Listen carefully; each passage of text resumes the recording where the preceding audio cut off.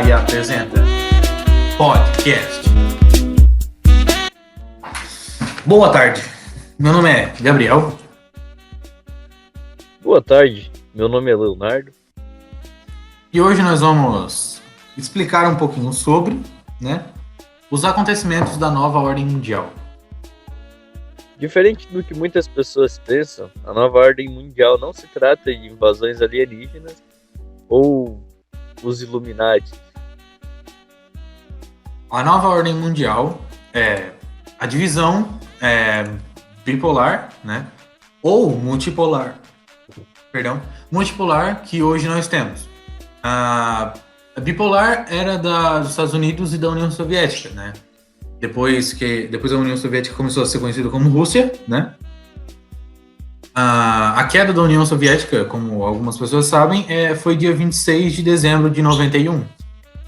Então, depois disso, o mundo começou a ser unimultipolar, com várias potências, várias localidades onde tem tecnologia, armamento, território, recurso e várias outras coisas.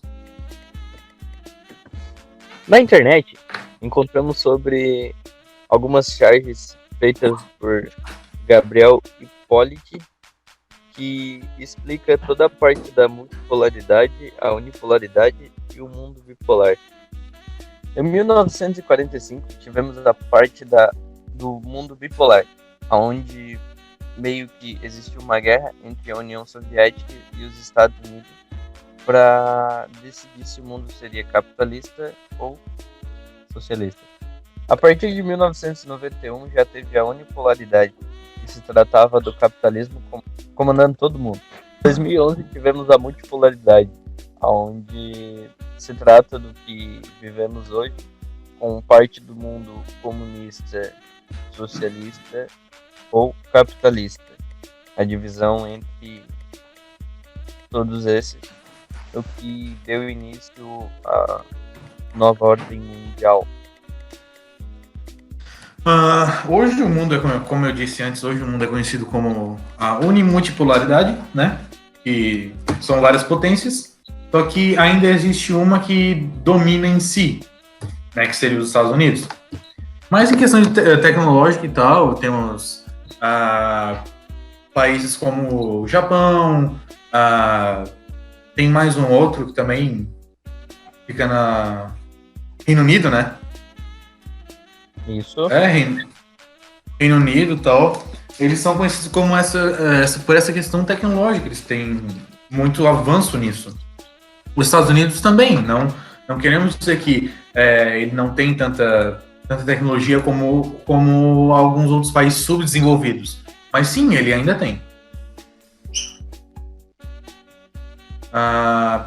Agora a gente pode pular para uma outra charge, que fala sobre literalmente o combate entre Estados Unidos e Rússia. Em alguma época não, durante toda essa extensão de 47 até o fim da Guerra Fria, eles começaram a ter embates mais políticos, não levando em conta o combate, apesar de termos a Guerra do Congo, a do Vietnã e tal, mas foi dentro desses períodos que aconteceu isso. Em uma charge a gente pode encontrar de um lado, os Estados Unidos e vários dos seus mísseis, do outro lado a Rússia e vários dos seus mísseis. E os Estados Unidos está dizendo para a Rússia, a gente não pode simplesmente lutar. E a Rússia diz assim, eu concordo. Então, como eu disse antes, se eles lutassem, o mundo todo poderia ser prejudicado por causa do armamento que eles tinham. Armamento nuclear, o Leonardo até falou sobre aquela bomba nuclear que eles estavam testando, Eu acho que foi na Bikini Fandom, Isso. Foi por lá. Eles começaram a testar essas bombas. E se eles lutassem, eles começassem um conflito, daria início à Terceira Guerra Mundial e, consequentemente, provavelmente extinguiria o mundo pelo armamento que eles tinham. Certo. O que o Gabriel acabou de explicar seria parte da corrida armamentista entre os Estados Unidos e a União Soviética. Aconteceu que a União Soviética viu que os Estados Unidos tinham a bomba atômica e que essa arma já tinha sido usada na Segunda Guerra Mundial e que isso fazia os Estados Unidos ter uma grande vantagem em relação à União Soviética. Para combater a tecnologia americana, a União Soviética começou a produzir a bomba nuclear também. Em 1949, quando a União Soviética conseguiu produzir a bomba nuclear, os Estados Unidos já tinham feito a nova bomba de hidrogênio, que era bem mais poderosa do que a bomba nuclear. E só em 1953 a União Soviética conseguiu produzir bomba de hidrogênio por meio de espionagem. Na década de 60, os Estados Unidos e a União Soviética já tinham armas suficientes para vencer ou destruir qualquer país ou até o mundo. Isso fez surgir um equilíbrio meio que de terror, porque os dois países tinham medo de iniciar uma guerra nuclear e tinha receio das consequências disso. Basicamente, como o Leonardo falou, né, essa guerra nuclear traria o fim de tudo. Então, a gente pode levar em conta que, sim, aconteceria muita coisa se eles utilizassem dessas bombas. E sim, o mundo poderia ficar novamente mais bipolarizado do que ele já era. Por questão política, essas coisas. Tá. Nós também podemos encontrar nos nossos templates a quarta, uma charge, né, que mostra a África sem recurso nenhum, e com metade dos recursos nos Estados Unidos e outra metade no Reino Unido. Isso foi por causa da exploração. A África foi muito explorada nesse meio tempo, né? Até hoje ela ainda é. Em algumas localidades que ainda se encontra petróleo, sim. E com isso os recursos foram divididos. A África ficou sem nada, né? E os Estados Unidos e o Reino Unido ficaram com quase tudo, sobrando algumas poucas localidades com ainda algumas riquezas naturais que a África tem. Isso, tá.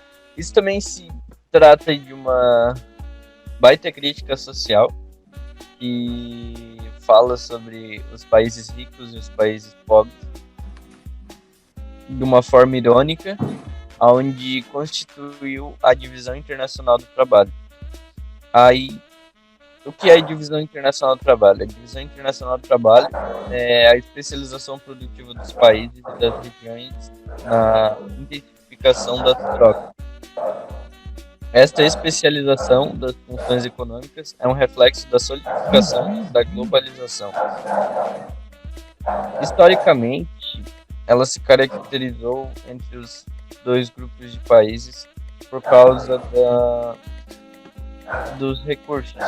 Muitos países tiveram a parte da colonização por conta de recursos naturais do próprio lugar. Então, eles entravam nos países, denominavam uma troca e colonizavam o país para pegar recursos. Tá. A consequência da charge 1, né, que seria o mundo bipolar, é as questões de opinião mesmo e política. Porque sempre quando temos, dois partidos e eles são de direita ou esquerda, extrema esquerda, centro, tal, essas coisas assim, voltada à política, temos opiniões divergentes. E é isso que acontecia naquela época. A gente tinha um mundo dividido entre capitalismo e socialismo. E muitas personalidades daquela época pensavam que, poxa, nós temos duas opiniões divergentes e uma delas pode ocasionar alguma guerra, algum conflito, alguma coisa que ia prejudicar o mundo. E foi basicamente isso que aconteceu. Guerra, fome de um lado, conflitos de outro, e foi assim se levando, opiniões divergentes. Claro, no mundo tem que ter opiniões divergentes, porque senão a gente não tem personalidades de pessoas. Mas voltado à política, voltado a essa questão geográfica, é algo difícil de se lidar. As consequências da bipolaridade no mundo seria um mundo em constante guerra, como é tratado na parte de Israel. O mundo não ia ser um lugar de paz, como é hoje, tecnicamente falando, mas seria um lugar onde existiria sempre a guerra entre o comunismo e o capitalismo. Não é muito diferente de hoje, por conta da falta de ética das pessoas de aceitarem que cada um tem uma opinião política, mas seria algo muito pior, gerando guerra, até mesmo com bombas, armas e etc. Até uma guerra ideológica, né? Duas potências com opiniões totalmente diferentes, assim, uma guerra ideológica. As pessoas vão pensar, por que isso? Por que daquilo? Por que a nossa região não faz aquilo que a outra faz que pode ser melhor, sabe? Então isso é como se fosse uma guerra ideológica. É o pensamento dessas pessoas sendo mudado por dois lados opostos. Na última questão que foi falada antes de começarmos a citar as consequências, falando sobre a relação entre os países pobres e os países ricos e quais... Agora iremos falar sobre quais são as consequências dessa relação entre os dois. Se trata do que a gente vive hoje, não é uma coisa diferente. Alguns países vivendo com uma baita tecnologia, com um baita avanço tecnológico, com armas e comida e água, tudo em abundância, e outros países sem água, sem alimentação, sem tecnologia, sem muitas vezes nem energia em alguns lugares, crianças morrendo de fome, desidratadas, desnutridas. Então é uma triste realidade que a gente vive hoje.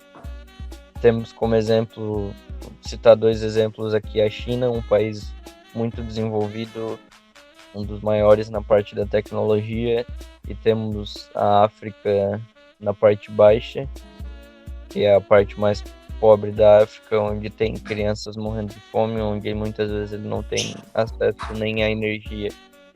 Então, eu queria deixar uma mensagem aqui para vocês estarem refletindo. E o que você fez hoje para mudar o mundo?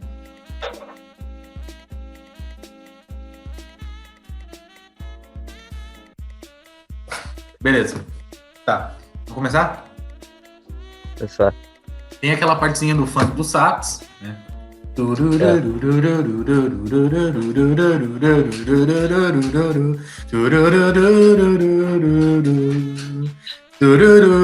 Perfeito, Luiz Parales de Aspichales. Pô, falei bonito, né? Falei bonito, né? PT lixo!